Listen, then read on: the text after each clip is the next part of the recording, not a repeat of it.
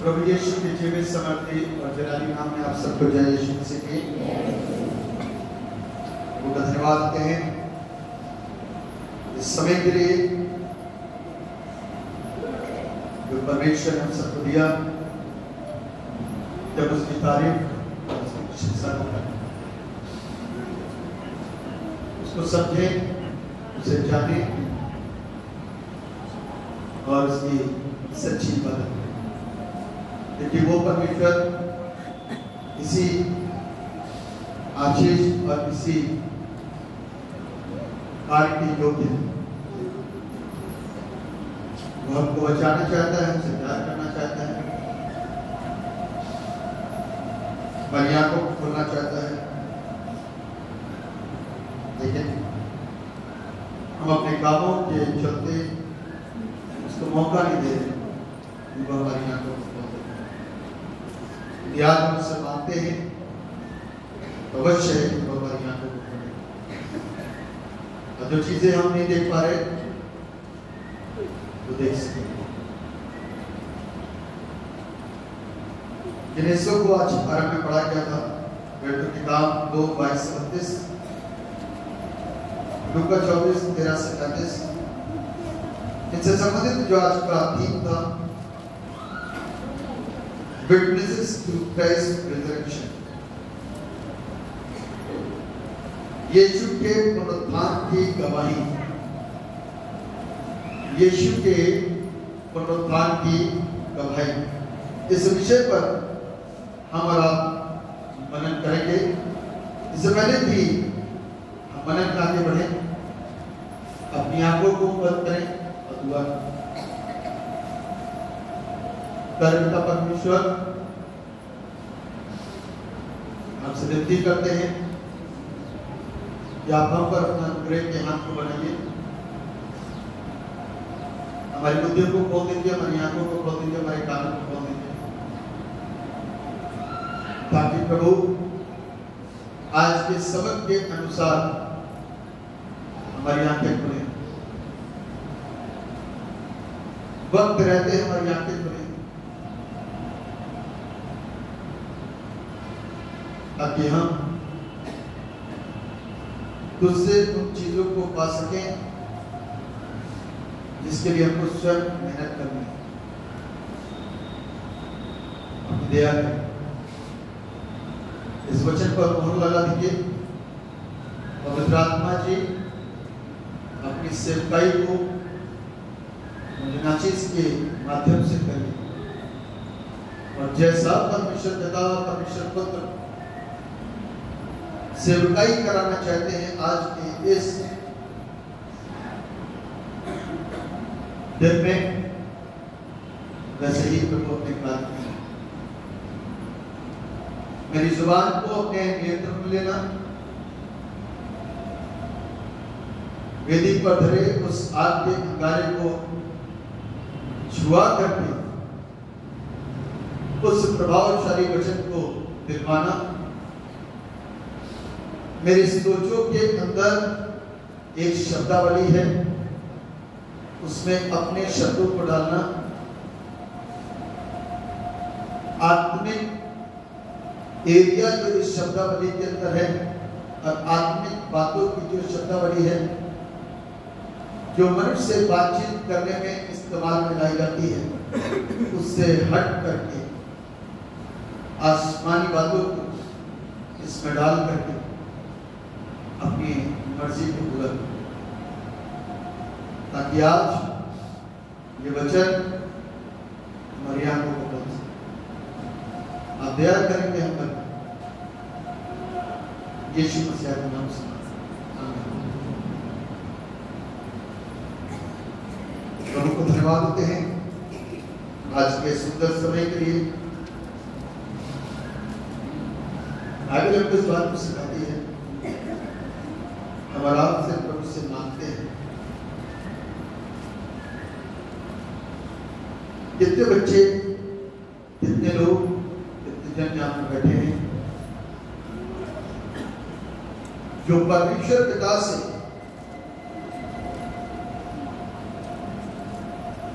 बहुत सारी चीजों की मांग बीमारी से आजादी की मांग, अच्छी पढ़ाई लिखाई कर सके उसकी मांग, अच्छी नौकरी प्राप्त हो उसकी मांग, अच्छा विवाह हो उसकी मांग, अच्छा घर बन जाए उसकी मांग। ये बहुत सारी मांग है हमारी जो हम परमेश्वर के समक्ष में लेकर के आते हैं। लेकिन बाइबल इस बात को सिखाती है कि हर मांग के साथ में कुछ हमारी तरफ से भी कार्य है, इसे करना हम सबका कर्तव्य है। हमारी तरफ से कुछ कार्य है जिसको करना हमारा कर्तव्य बनता है। बीमार है तो डॉक्टर कहेगा दवाई खा लो, निर्बुद्धि है तो टीचर कहेगा पढ़ाई करो भाई, पढ़ाई करोगे तभी सफलता मिलेगी। अब आप कहते हो कि पास कर दो, फिर पास कर दो, पढ़ाई नहीं कर रहे तो क्या होगा? फेल हो जाएगी। बीमारी से दर्द कर रहा परमेश्वर, दवाई की जरूरत है, दवाई भी खा रहे हैं, या जिस खाने को खाने के मना करा गया, जो परहेज करने को बोला गया उसको नहीं कर रहे, फिर से बीमार पड़े। अच्छा परिवार शादी के लिए चाहिए और यदि खुद अच्छे नहीं है तो अच्छा परिवार कैसे बनेगा?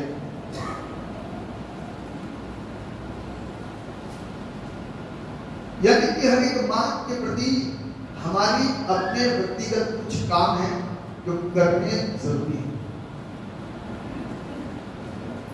यदि हम उसे करने में सफल होते हैं तो परमेश्वर हमारी मदद करता है।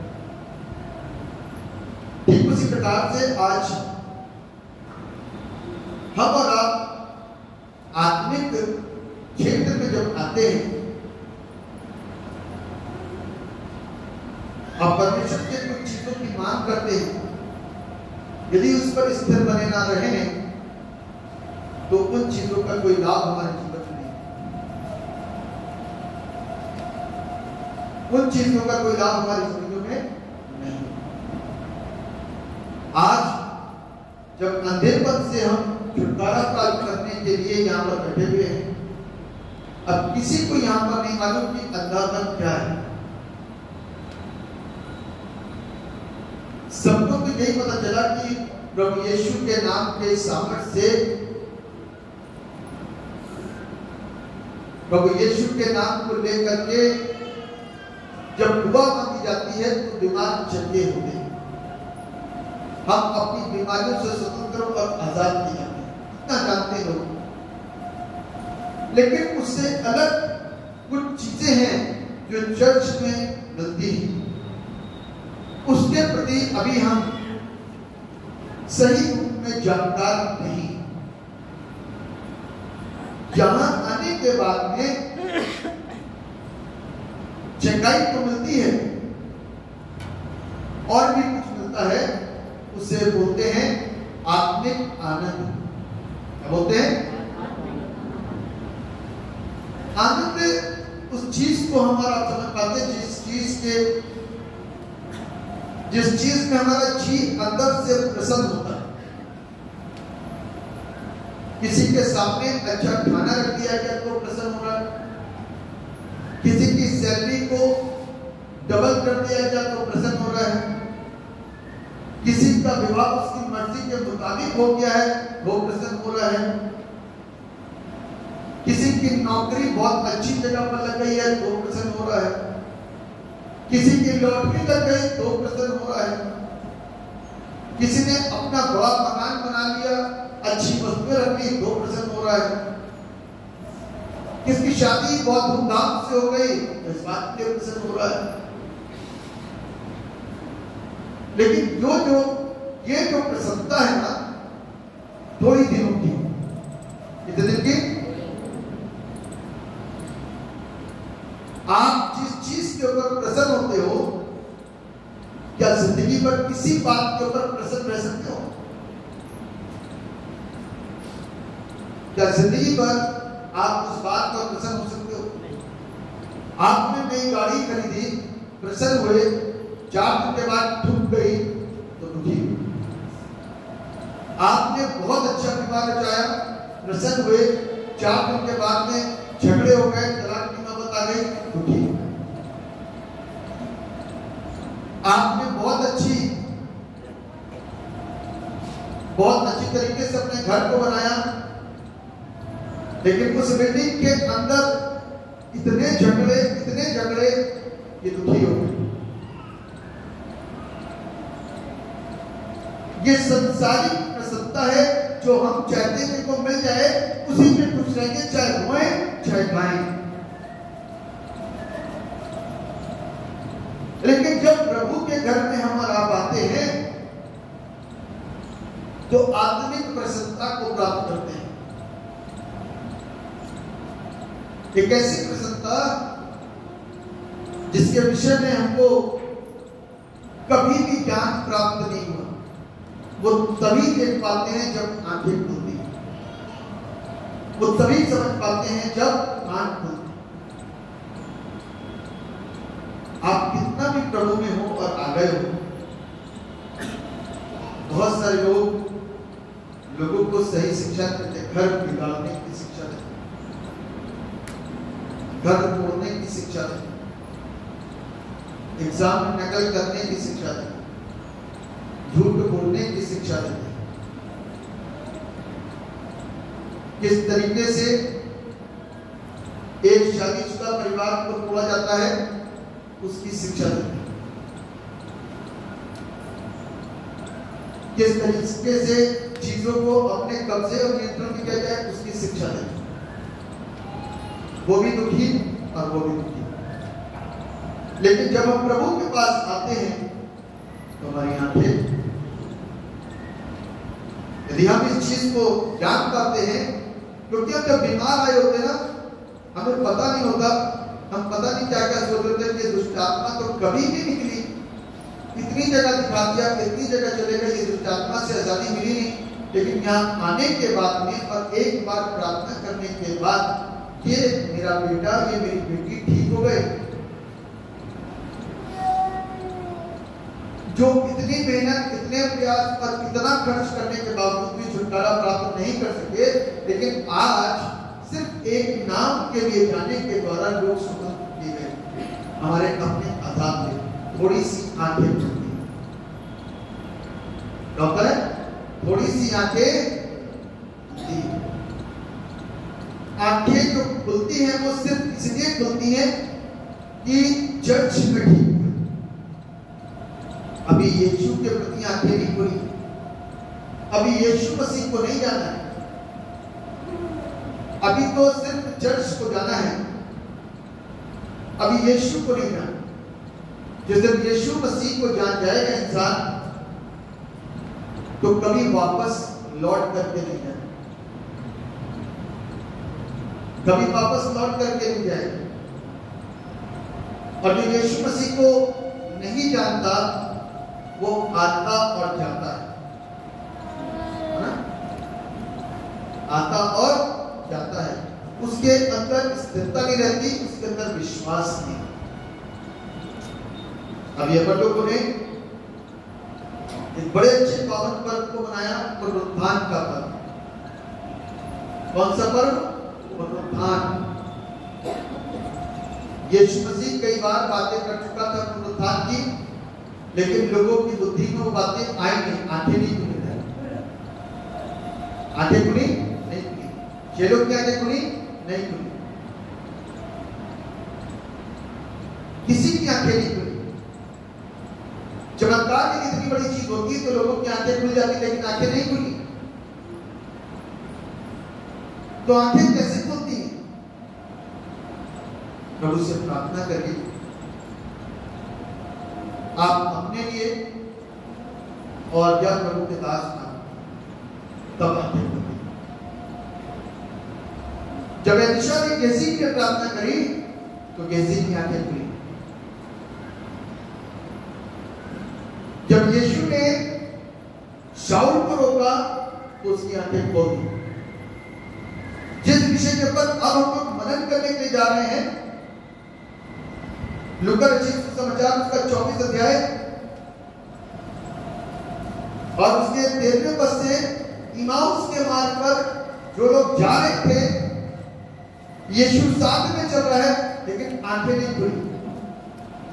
यीशु साथ में चल रहा है लेकिन आंखें कब खुली? एंड के समय। कब खुली? एंड के समय। जब फिलिप्पुस ने उस प्रोजेक्ट को परमेश्वर के वचन में सिखाना शुरू करा, बताना शुरू करा, यशायाह 53 को समझाना शुरू करा, तो सुनते सुनते सुनते सुनते सुनते सुनते सुनते आंखें खुलनी शुरू हो गई। और जब पूरा प्रचार कर लिया फिलिप्पुस ने, तो पोटा की आंखें खुल गई।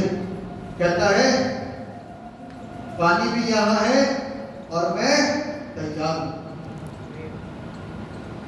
पानी यहां पर है और मैं तैयार हूं। तो बपतिस्मा लेने में किस बात की देर?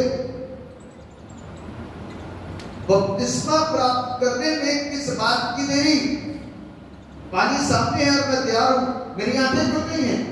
मेरे ऊपर से वो अंधापन की जो एक परत चढ़ी हुई थी, वो परत हट चुकी है। मैं सत्य को देखना शुरू कर दिया हूं, सत्य को जान गया हूं। अब पानी कहां है? मुझे विधि के अनुसार शुद्ध कर दे।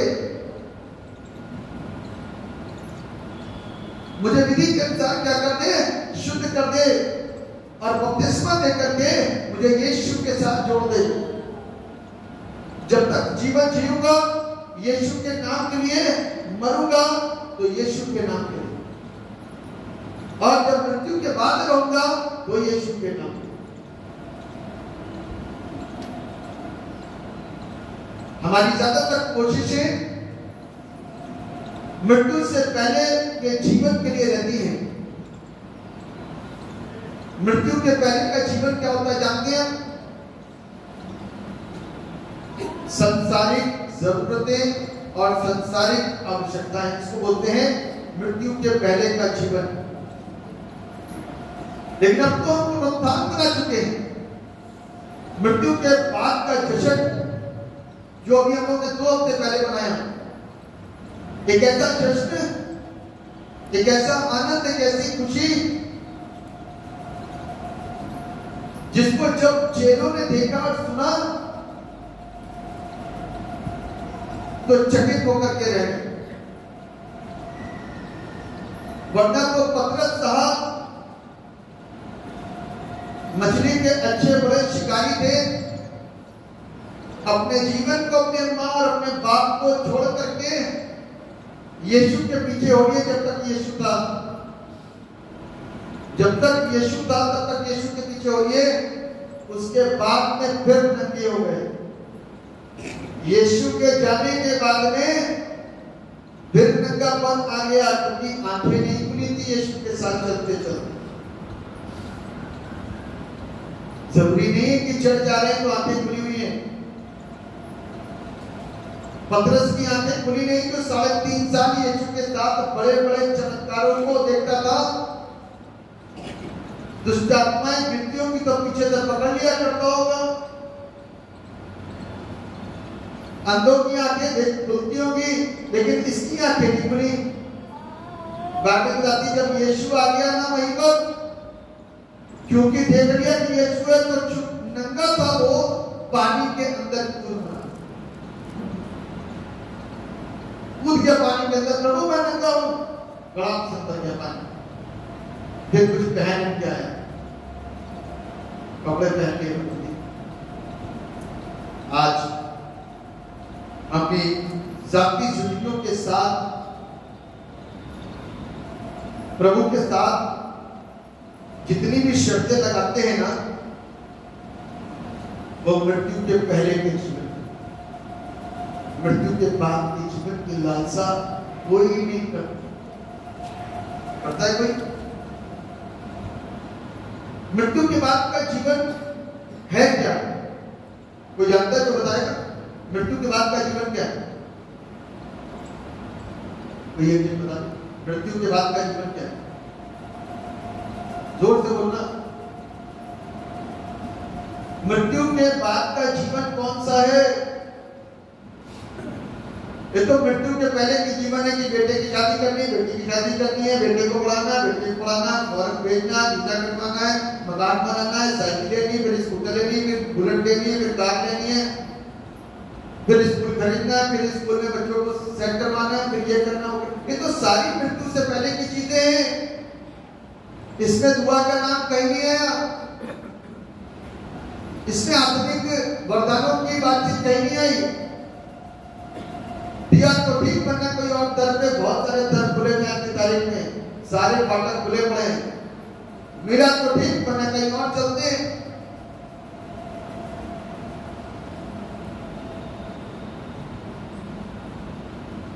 यदि मिल गया तो ठीक, बनना कहीं और चलते हैं, क्योंकि दर तो बहुत सारे खुले हुए हैं।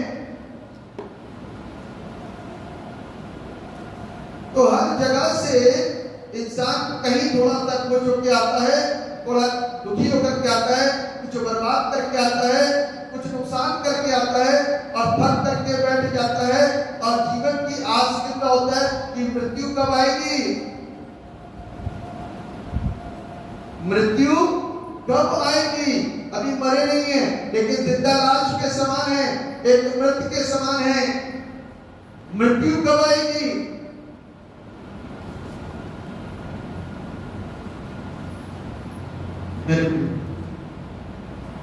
मैंने एक प्रश्न करा,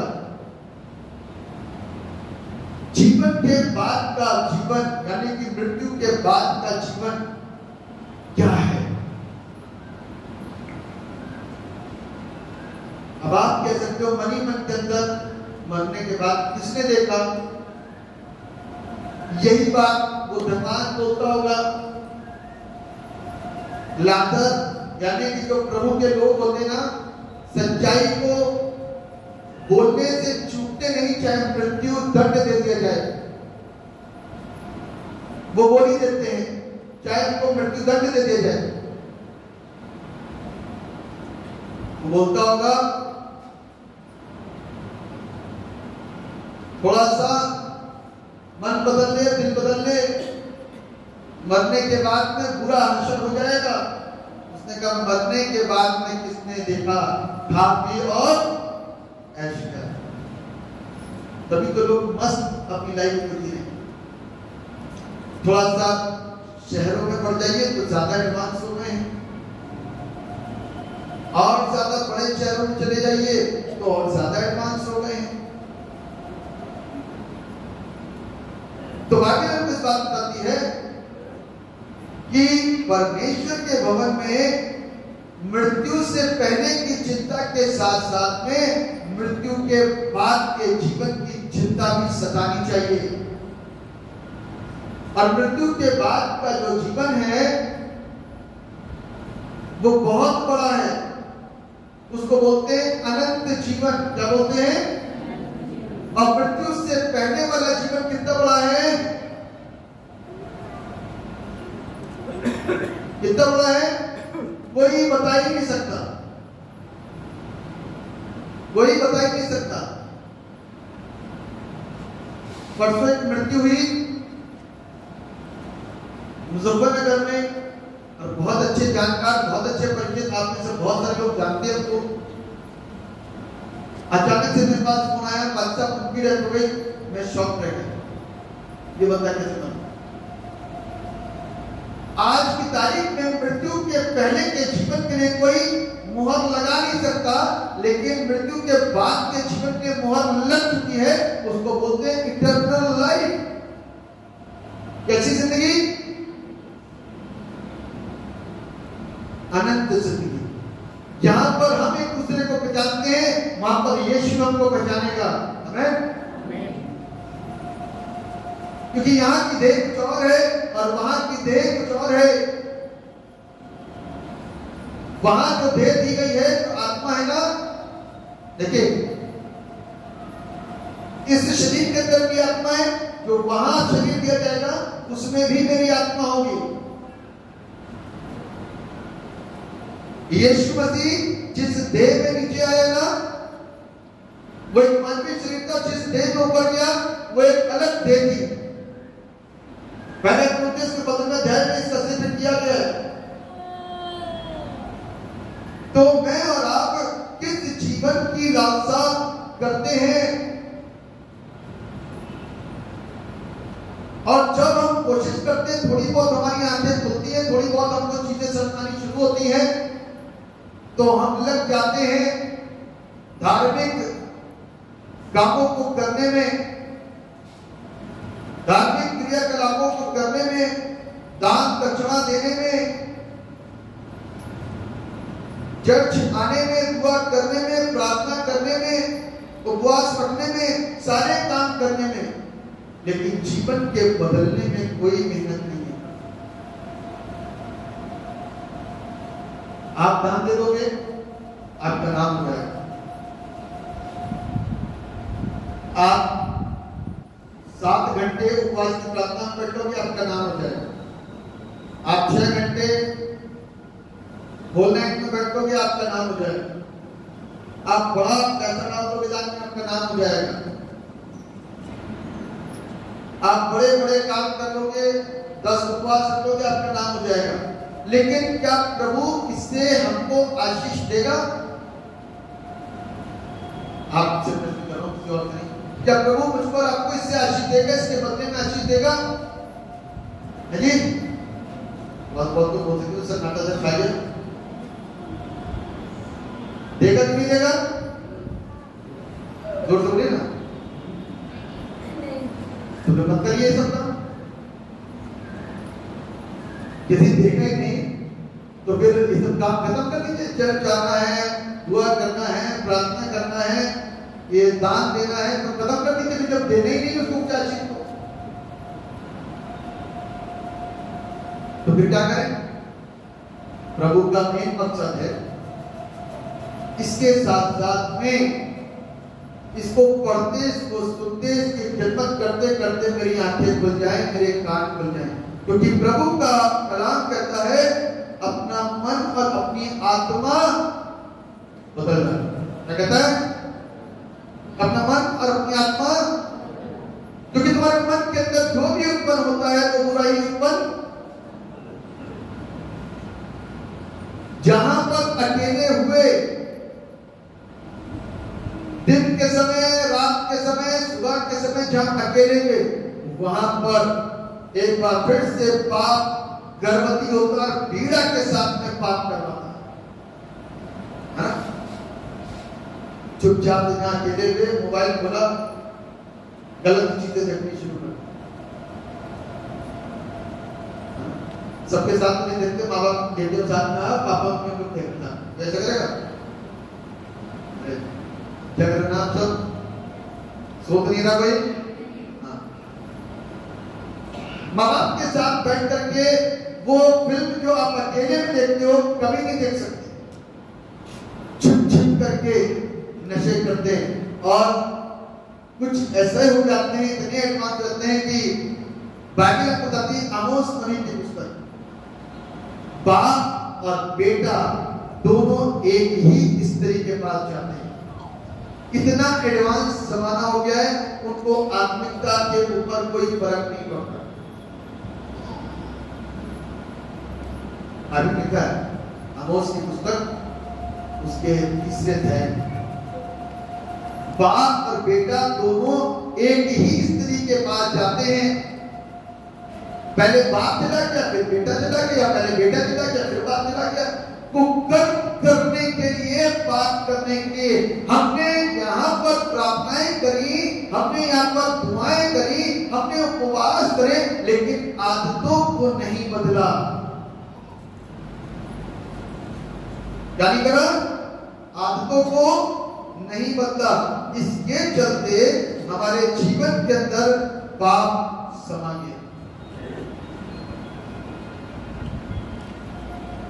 आपको कल बता रहा था कि हमारी जिंदगी के अंदर कुछ चीजें ऐसी होती हैं जिसको बुराइयां बोलते हैं, उसको शैतान अपना हथियार बनाता है।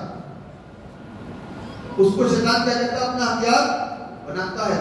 यीशु मसीह ने अपने 12 चेलों को चुन करके अपना शिष्य बनने के योग्य अलग किया था बड़ी भीड़ में से,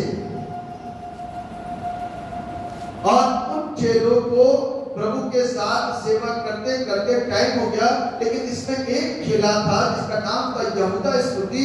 ये थोड़ा लालची किस्म का था, लेकिन चेलों तक को भनक नहीं पड़ी कि चंदे की थैली में चोरी किया करता था। उसके साथी दोस्तों तक को भनक नहीं पड़ी कि वो चोर था। इसके इस स्वभाव के चलते शैतान ने इसको इस्तेमाल किया। हम और आप यदि कहते हैं कि क्या यीशु मसीह ने इसका चुनाव किया यीशु को पकड़वाने के लिए? देखिए, मेरा व्यक्तिगत मत तो यह है कि यीशु ऐसा काम नहीं कर सकता। यीशु ऐसा काम नहीं कर सकता। मेरा व्यक्तिगत मत है, मैं किसी के ऊपर नहीं थोप रहा। जिस दिन परमेश्वर मेरी बुद्धि को खोल करके कुछ नया प्रकाशन देगा तो हो सकता है मैं उसको नए प्रकाशन के साथ आपके साथ बांटूं।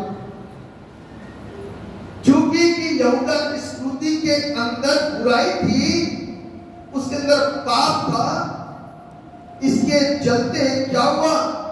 ये इस्तेमाल हुआ। शैतान इसके मन के अंदर समाया और इसके सामने प्रपोजल रखा गया। ये प्रपोजल पतरस के पास भी आ सकता था, ये प्रपोजल और अन्य चेलों के पास में भी आ सकता था। Why only यहूदा इस्करियोती? क्योंकि शैतान को भी मालूम है कि इसके मन के अंदर क्या चल रहा है। शैतान को भी मालूम है कि इसके मन के अंदर क्या चल रहा है। कोई षड्यंत्र है, क्योंकि जब यीशु के लिए षड्यंत्र रचा जा सकता है, यीशु को मारने के लिए षड्यंत्र रचा जा सकता है, बाइबल बताती है कि वो कोई उपाय नहीं ढूंढ पा रहे थे कि यीशु को कैसे मार दिया जाए। तब उन लोगों ने इसके चेले को पकड़ा, और मैं ये सोचता हूं जो खुफिया एजेंसी होगी ना, उनकी निगाहें ऐसे ग्रुप के ऊपर बहुत अच्छी और पैनी होती हैं। वो हर एक बंदे की छोटी सी बारीक कमियों को जब चेक करते हैं तब उनको इस्तेमाल करना शुरू। ठीक उसी प्रकार से शैतान की पैनी नजर सारे शिष्यों के ऊपर थी, और शिष्य तो आपस में कहते थे हमारा गुरु बहुत अच्छा है। शिष्य तो आपस में इस बात को बोलते होंगे हमारे गुरु ने कितना बड़ा चमत्कार किया कि मुर्दे को जिंदा कर दिया। हम तो यही कह रहे थे चलो मरने को चलते, तुम्हारे कहता मरने को चलते, लेकिन हमारे गुरु ने क्या कर दिया? इस मुर्दे को जिंदा कर दिया। बहुत अच्छा काम किया। लेकिन वहीं पर ये यहूदा इस्करियोती चंदे की थैली के अंदर हाथ डाल करके चंदा जेब में भर रहा था। ऐसा लिखा नहीं, मैं बता रहा हूं, क्योंकि ये तो लिखा है लूका रचित सुसमाचार में कि वो चंदे की थैली के अंदर जो चंदा चुराता था वो चोर था। तो शैतान की खुफिया और पैनी निगाहें यहूदा इस्करियोती पर आ गई, और यहूदा इस्करियोती इस काम के लिए एक विकल्प बन गया। तब यहूदा इस्करियोती को ऑफर आया ये चांदी के सिक्के ले ले और यीशु की पहचान करवा के उसे पकड़वा दे। तो कितना अच्छा चेला जो पास आकर के उनसे बोला जिसको मैं चूम लूं समझ लेना कि वही यीशु है। जिसको मैं चूम लूं समझ लेना कि वही यीशु है। और बाइबल हमको इस बात को सिखाती है कि उसने इसी काम को करा, उसके बाद उसकी आंखें,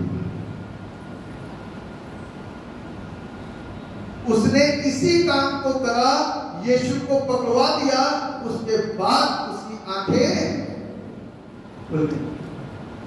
लौट करके गया, अरे चांदी के सिक्के रख दो, मेरे यीशु को छोड़ो। आंखें खुली इतनी देर के बाद में, कहीं देर ना हो जाए हमारी आंखों के खुलने में, कहीं विलंब ना हो जाए। यीशु के साथ उस जीवन को व्यतीत करने में कहीं यीशु की तरफ से और यीशु तक पहुंचने में लेट ना हो जाए, उससे पहले बहुत सारे रविवार हमारे अपनी जिंदगी में आएंगे, बहुत सारे मौके, बहुत सारे अवसर मेरे अपनी जिंदगी में आएंगे। जल्दी करिए, स्पीड बढ़ाइए और प्रभु से कह दो कि प्रभु मैं ठोकर का कारण ना बनूं जैसे यहूदा स्मृति बना था। मेरी आंखें खोल देना, समय से पहले मैं अपने यीशु को लज्जित करने वाला व्यक्ति ना बन जाऊं। मेरी आंखों को खोल दे, तब प्रभु हमारी आंखों को खोल देंगे।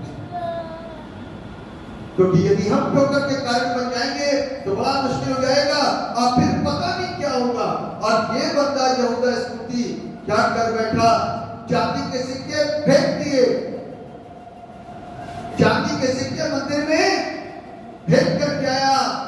लेकिन अब क्या होता जब चिड़िया चुग गई?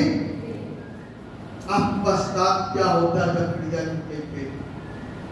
ये पछताना तो उसका विफल हो गया, असफल हो गया, क्योंकि अब कुछ कर नहीं सकता।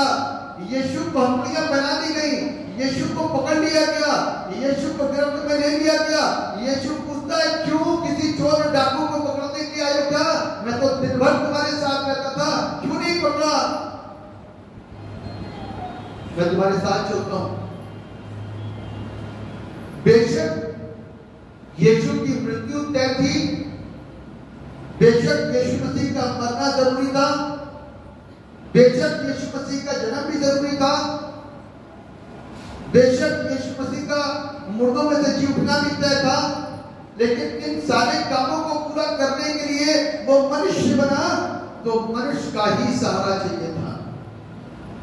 हाय उन पर जिनके द्वारा ठोकर लगती है, हाय उन पर जिनके द्वारा ठोकर लगती है। आज की तारीख में हम संसार की वस्तुओं पर मन लगाते हैं, मृत्यु से पहले के जीवन की ओर ध्यान लगाते हैं, लेकिन मृत्यु के बाद की जिंदगी के लिए जरा से भी चिंतित नहीं होते।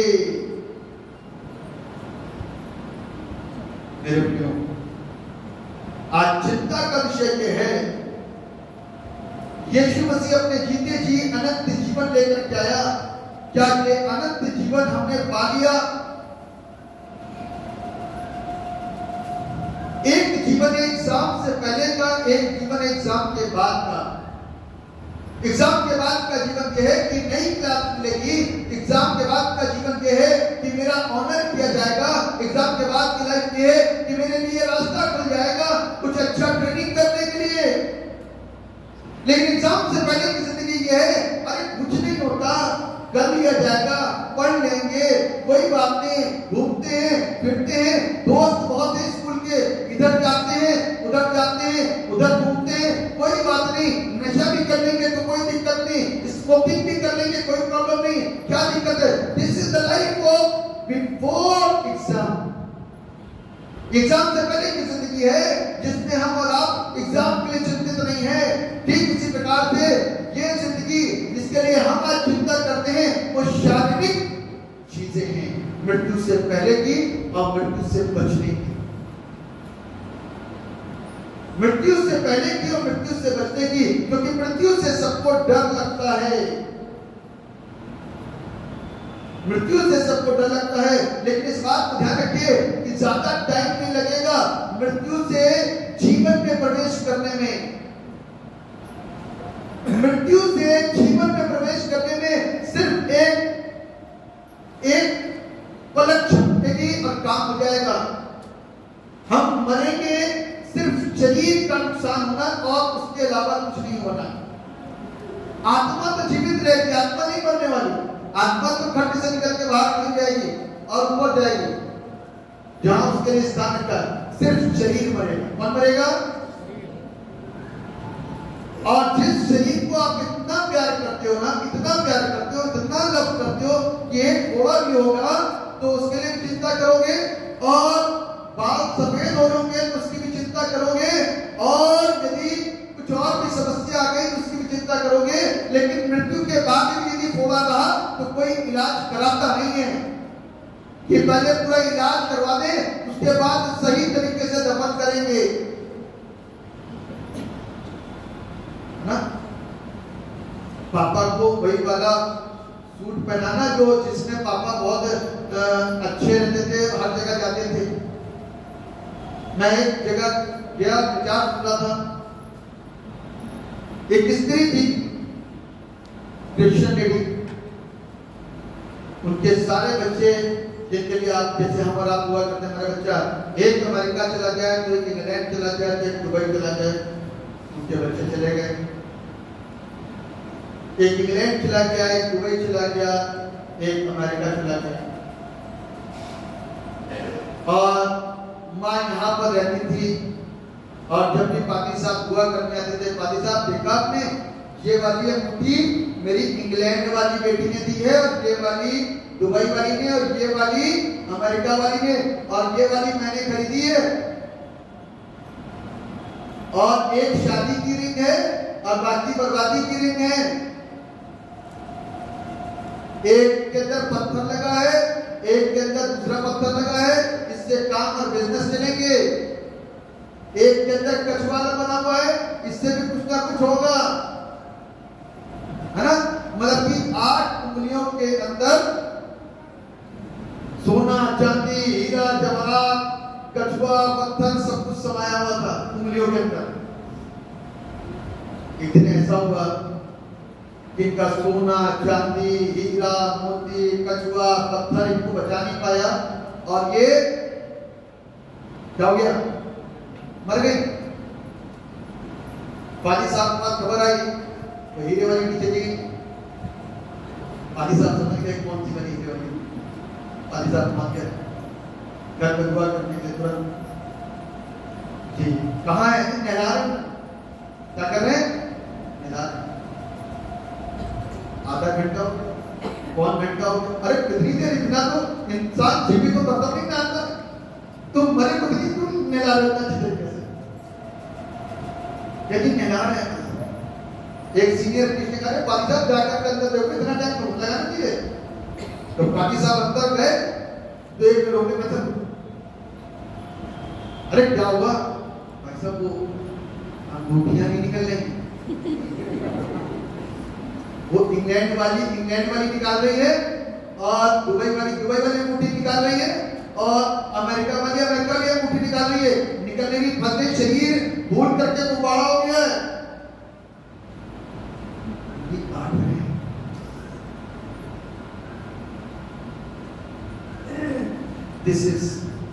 This is our life.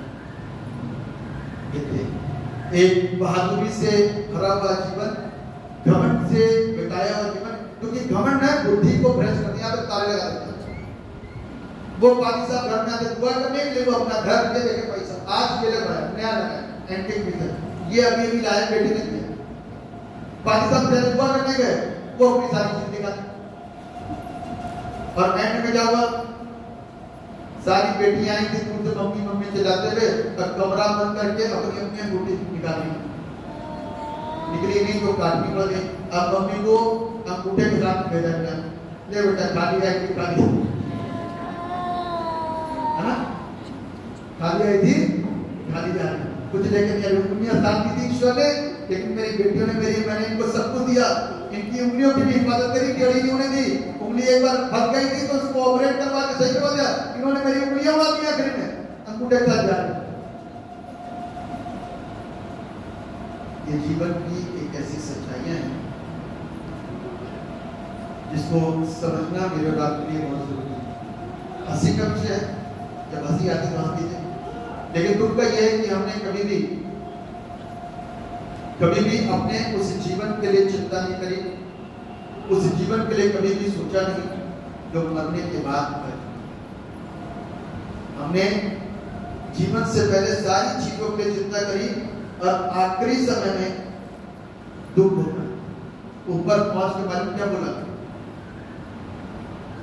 Ibrahim बाबा एक मौका दे दो, अपने भाइयों को जाकर बता दो तुम बात मत। इब्राहिम का मन रुका है, अब तुम आ जा नहीं सकता। उनके पास में बाइबल है, मूसा की पुस्तकें हैं, पढ़ लेंगे, सीख लेंगे, तू यहीं ठहरा है और तूने उधम कर रखा था अपने जमाने में, अब तू यहीं बैठा है। तो नरक में बेचारा पूरे समय रोता रहा है और अभी भी रोए ना, क्योंकि आत्मा कभी नहीं मरती, आत्मा कभी नहीं मरती, रो रहा होगा। उसके भाई लोग उसके पास आ गए होंगे, भाई क्यों चिंता करते हैं, हम लोग आ गए ना, क्या बेटा तुझे अभी इसका दर्द नहीं मालूम है, पिछले कई 1000 वर्ष से यहाँ पर नरक का दर्द, नरक की पीड़ा भी तुझे मालूम नहीं है।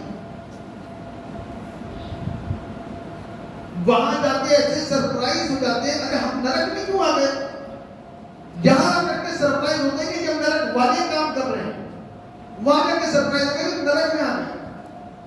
यहां बैठे मस्त, जब भी पता है कि नरक वाले काम कर रहे हैं, यहां चिंता नहीं है। वहां पर आत्मा को एहसास होने लग जाता है कि गलत काम है। इसीलिए दाऊद कहता है मुझ में नए सिरे से आत्मा उत्पन्न कर दे, क्या कर, नए सिरे से आत्मा। आज अपनी आत्मा के लिए चिंता करिए, अपनी देह के साथ साथ में अपनी आत्मा के लिए भी चिंतित हो जाइए, क्योंकि ये आत्मा को एक देह मिलेगी स्वर्ग में जाने के लिए। क्या आप उस देह को पहनाने के लिए उसको तैयार हैं? ध्यान करिए कि प्रभु यीशु ने अपने चेलों को पवित्र आत्मा दे करके उनको सामर्थी बना दिया। आपसे कहा, प्रश्न आपके लिए, पवित्र आत्मा लो। चेलों ने क्या दिया, लाओ प्रभु मैंने कैच कर लिया, थोमा ने भी कैच करा, सबने कैच करा और सब पवित्र आत्मा से भर गए। क्या हो गया? सब पवित्र आत्मा से भर गए, 12 के 12 पवित्र सामर्थ से उस अग्नि से भर गए। फिर उसके बाद दरवाजे के फाटक कभी बंद नहीं हुए। वो दरवाजे, वो फाटक जो बंद रहते थे डर के मारे, दोबारा बंद नहीं हुए, खुले रहे, क्योंकि जो दिया गया था, जो पवित्र आत्मा के अंदर आया, जो पुनरुत्थान की सामर्थ उनके अंदर आई, जो पुनरुत्थान की शक्ति उनके अंदर आई, उस पुनरुत्थान की सामर्थ के द्वारा परमेश्वर ने उनके जीवन के अंदर काम किया।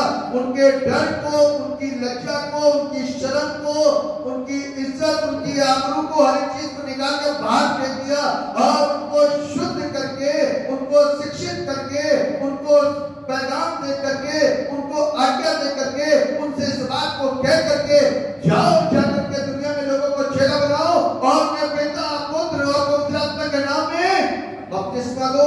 उन लोगों ने कहा होगा, प्रभु कैसे दे, लोग तो एक ही लट में गिरा के नीचे कर देंगे।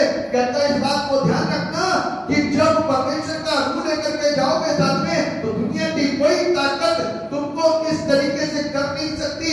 पतरस इतनी कोशिश करी गई, इतने प्रयास किए गए, पौलुस के साथ में इतनी कोशिशें की गई, इतने प्रयास किए गए, लेकिन एक भी जन उनको छू नहीं सका, क्योंकि पवित्र आत्मा की सामर्थ बड़ी और अद्भुत है। जो पाए वही समझ पाए, जो ना पाए वो सिर्फ मजाक उड़ाए, और जो मजाक उड़ाए वो जिंदगी में बदल ना पाए, क्योंकि वो अंधकार की ओर जाने की अपनी कोशिश कर रहा है।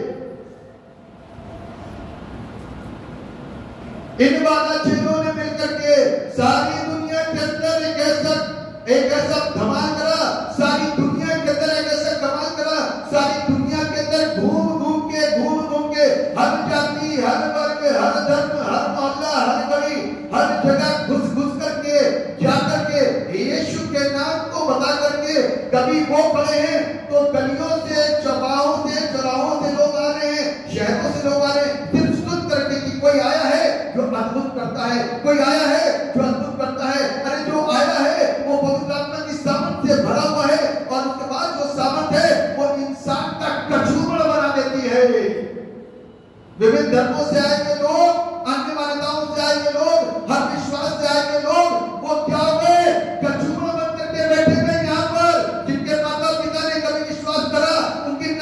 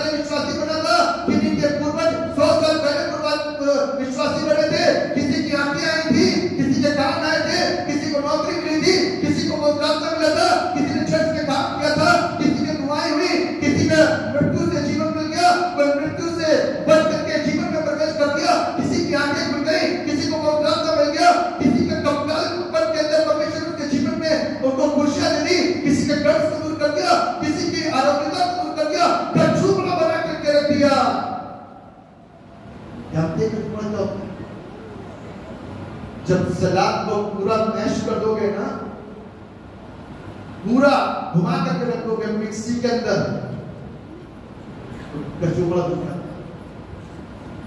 अब टमाटर कहेगा अरे मिर्चा आ गई मेरे पास, धनिया कहेगी ऐसा घुमाया ऐसा घुमाया ऐसा घुमाया कि हम सारे एक हो गए। सब अलग अलग थे, अलग अलग विश्वास के थे, अलग अलग धर्म के थे, अलग अलग कलर के थे, अलग अलग भाषाओं के थे, अलग अलग सोच के थे, अलग अलग विचार के थे, अलग अलग अनुभव के थे, अलग अलग मान्यताओं के थे। ऐसा घुमाया पतरस ने कि कचौड़ा बना दिया। अब छांट दो उसमें से अपना अपना टमाटर, अपनी अपनी मिर्चा, अपनी अपनी धनिया और अपनी अपनी प्याज, अपना लहसुन, सब एक हो गए। अब तुम नई सृष्टि बन गए।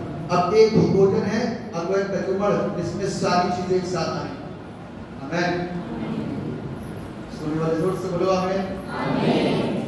ये 12 चेलों ने काम किया, मालूम है कितने चेलों ने? 12। यीशु से कितने चेले थे? एक ने धोखा दिया तो कितने बचे? एक भूल गया तो कितने हो गए? गणित नहीं सिखा रहा हूं आपको, 12 बता रहा हूं। 12 लोगों ने दुनिया के अंदर अटक मचा दिया। अब देखो ना, बैठे हो, कोई कहीं से है, कोई कहीं से है, कोई कहीं से है, कोई जाति का है, कोई जाति का है, कोई बिरादरी का है, कोई धर्म का है, कोई किसी जगह से आया है, कोई किसी शहर से आया है, कोई किसी गली से आया है, कोई किसी मोहल्ले से आया है, कोई किसी कस्बे से आया है, कोई पता नहीं कहां से आया है, कोई कौन से प्रोफेशन से था, कोई कौन से प्रोफेशन से था, कोई कौन सा काम करता है, कोई कौन सा काम करता है, कोई बीमार था, कोई चंगा था, कोई विरोध में था, कोई सताया हुआ था, कोई मारा हुआ था, कोई रोगी था, कोई दुष्ट आत्मा से ग्रस्त था, कोई मरा हुआ था। सब कुछ को मिला करके प्रभु ने चेस्ट में उठा दिया, आंखें खोल दी। हुआ आंखें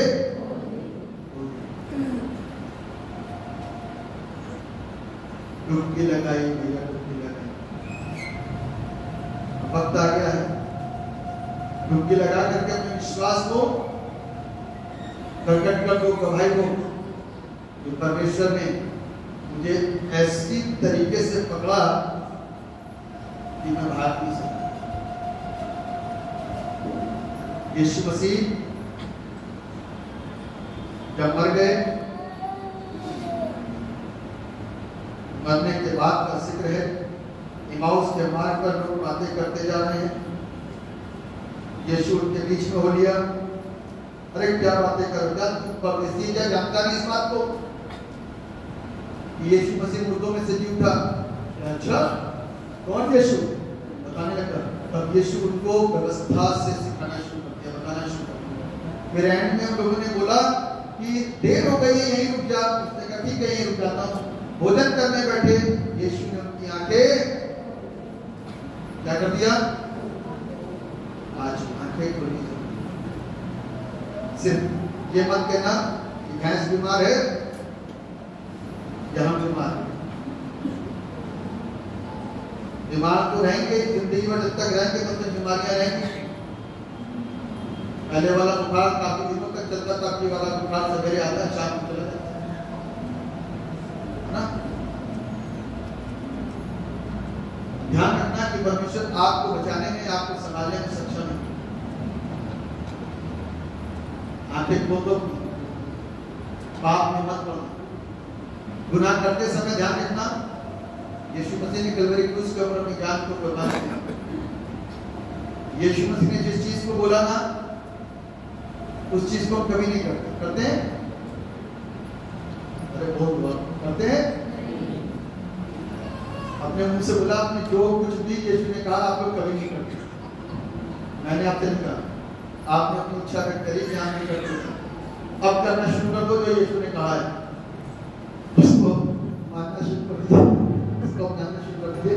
क्योंकि यीशु मसीह ने एक चीज बोली, जब प्रभु भोज हमारा आप देने जाते हैं, मेरी यादगारी में,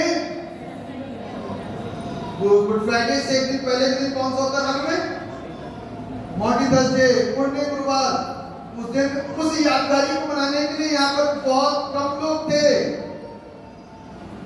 उस यादगारी को मनाने के लिए यहाँ पर बहुत कम लोग थे, और बाइबल में लिखा हुआ है मेरी यादगारी में ऐसा ही किया करो। लेकिन हम यादगारी नहीं कर सकते। हमारे लिए तो कपड़े नहीं आए तो नाराज होकर के चर्च में पापा ने कपड़े नहीं दिलाए। अब की मांग थी 5,000 के जूते की, और पापा ने कहा ले 3,000 के अंदर जूता ले सकता तो ले ले, वरना घर बैठ। क्योंकि हमारे तो सारे फेस्टिवल वस्त्रों से ही शुरू होते हैं, वस्त्रों पे खत्म हो जाते हैं। और माँ बाप के हमारे इतने अच्छे थे बेटा, वरना पुराने वक्त के अंदर मालूम क्या होता था, पापा की पैंट शर्ट बनती थी, उसी से हम लोग के भी हाफ पैंट शर्ट या फुल पैंट शर्ट बन जाती थी। उसके बाद में इससे पहले कि तुम्हारे हालात बुरे हो गए, सवेरे बच्चे उठ जाया करते थे, चर्च के लिए त्योहारों की खुशी होती थी, और इससे पहले कि चर्च खत्म हो, चर्च शुरू होने से पहले पहुंच जाते। आज की तारीख में तो खत्म होने के बाद आते हैं। उस समय शुरू होने से पहले चर्च पहुंचना बहुत जरूरी होता था, और वहां जाकर के संगति और इबादतों में रहना बहुत जरूरी होता था। लेकिन आज की तारीख में संगति इबादत को गई अलग। अब यहाँ पर चर्च खत्म होने के बाद में या खत्म होने से आधा घंटा पहले, 10 मिनट पहले तो जल्दी से पहुंच जाए, प्रभु भोज हो गई क्या, ऐसे ही पूछा, प्रभु भोज हो गई क्या, अभी नहीं चल रही है, जल्दी चला बाहर तक। तो वो भी आए अपना हाथ धोते हैं।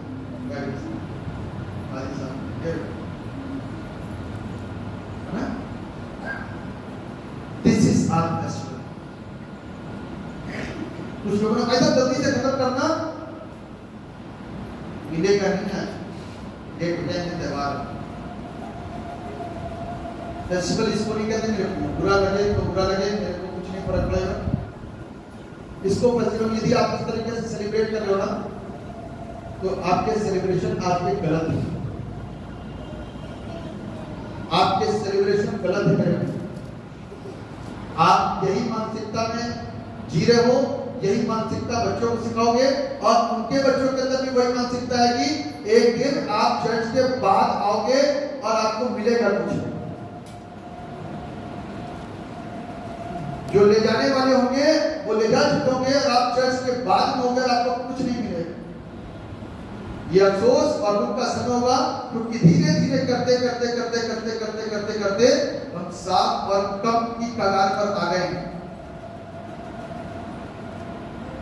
यीशु मसीह को पूरा यकीन था कि ये जिंदे मेरी गवाही नहीं देंगे। पूरा यकीन था यीशु मसीह को, ये जिंदे मेरी गवाही नहीं देंगे। पतरस भाग गया मना करके, चेले छिप गए रोटी कोठरी में, कोई बचा नहीं। जैसे जोर लगाने वाले, होटल में लगाने वाले विरोध करके खड़े हो गए, ये जिंदा मेरी गवाही नहीं देंगे, तो चलो चलता हूं मुर्दों के पास में। किसके पास? यीशु मसीह शनिवार के दिन कहां पर था मालूम है आपको? मुर्दों के पास। कितने मुर्दे थे गिनती मालूम है? 4000 साल में जितने मुर्दे पड़े हुए थे, वो सारे मुर्दे वहां पर मौजूद थे। और जब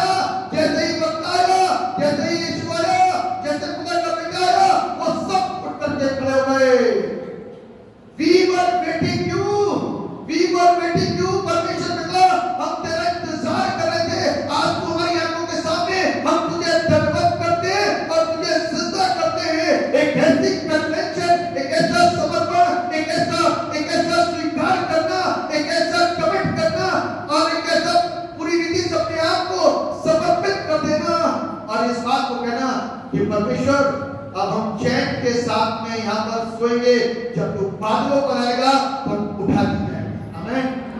क्या वो वापस से मर गए? अरे हाँ, सो गए, सोए पड़े में भी। अब यीशु मसीह दोबारा आएगा ना।